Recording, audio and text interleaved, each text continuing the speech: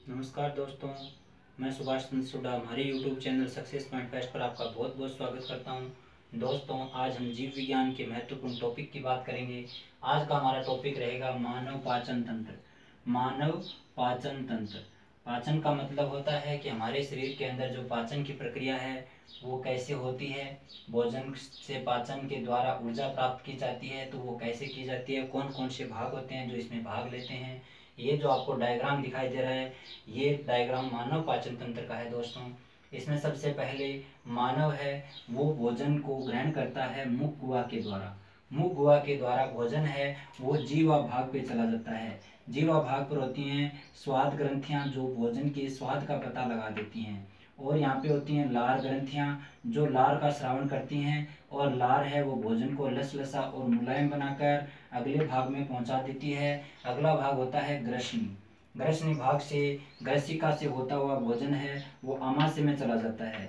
यहाँ पर भोजन है वो बहुत ही महत्वपूर्ण कार्य करता है। भोजन के अंदर जो भी अवांछित और सूक्ष्म कीट या कोई भी हानिकारक जीवाणु यहाँ पहुँच जाता है, पहुँचने के बाद में वहाँ पे पाया जाता है हाइड्रोक्लोरिक अम्ल HCl। यह हाइड्रोक्लोरिक अम्ल जठर रस, लाइपेज, रेनिन, ये सारे एंजाइम्स होते हैं वो आगे यहाँ पे पाए जाते हैं। और इस भाग के अंदर हाइड्रोक्लोरिक अम्ल होता है, ये क्या करता है, भोजन को जो जीवाणु मुक्त है वो कर देता है और उपयोगी बनाकर भोजन को कहाँ पहुँचा देता है, छोटी आंत के अंदर। छोटी आंत के अंदर भोजन का सर्वाधिक पाचन होता है। यह 3 भागों में बंटी होती है। यहाँ पर भोजन का सर्वाधिक पाचन होता है। इस भाग में भोजन के जो मुख्य अवयव होते हैं प्रोटीन, कार्बोहाइड्रेट और वसा। कार्बोहाइड्रेट का भी पाचन यहीं पे होता है, तो यहाँ पे भोजन का सर्वाधिक पाचन होता है। यहाँ भोजन है वो लगभग 5 से 6 घंटे तक रुकता है।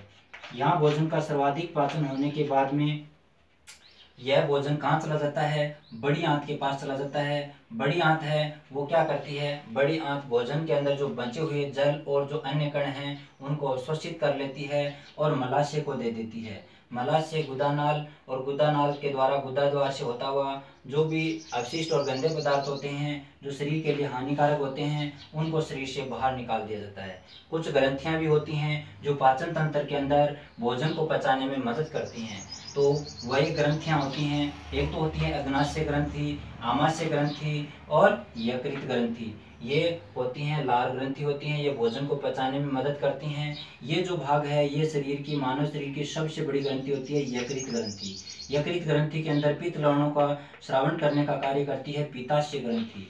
कौन सी ग्रंथि, पीताशय ग्रंथि। तो ये सब जो डायग्राम और ये जो प्रक्रिया है ये भोजन के पाचन की प्रक्रिया है। इसमें मानव शरीर को ऊर्जा प्रदान करने का महत्वपूर्ण कार्य किया जाता है। भोजन है वो किस प्रकार से पाचन होता है ये प्रक्रिया मैंने आपको बताई। आपको कैसी लगी, अच्छी लगी तो आप लाइक करें, शेयर करें और अपने दोस्तों तक जरूर पहुंचाएं। महत्वपूर्ण जो जीव विज्ञान का टॉपिक था आज का, मानव पाचन तंत्र, उसमें हमने देखा कि मुख गुहा है, मुख गुहा से भोजन है वो जीवा भाग में जाता है। जीवा भाग है और दांत भी मानव शरीर के अंदर 4 प्रकार के होते हैं, जो कृतक, रदनक, अग्रचर्णक और चर्णक, ये 4 प्रकार के दांत भी होते हैं जो मुख भाग में पाए जाते हैं। ये भोजन को चीरने, फाड़ने, काटने का कार्य करते हैं। लार ग्रंथियां होती हैं जो भोजन को लसलसा और मुलायम बनाती हैं, और स्वाद कलिकाएं होती हैं जो भोजन के स्वाद का पता करा देती हैं। और इसके बाद में ये ग्रसनी और ग्रसिका से होता हुआ आमाशय में चला जाता है। ये आमाशय है वो जीवाणु मुक्त कर देता है भोजन को, और जो भी यहाँ पे जो जठर रस होता है ये भोजन को अम्लीयता प्रदान करता है। फिर छोटी आंत में भोजन का सर्वाधिक पाचन होता है, लगभग 5 से 6 घंटे तक होता है दोस्तों।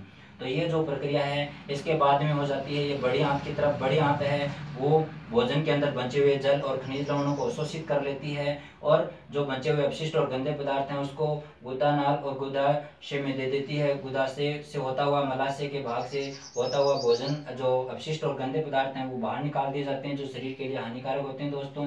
तो ये था आज का पॉइंट, मानव पाचन तंत्र। जय हिंद दोस्तों, जय मां सरस्वती।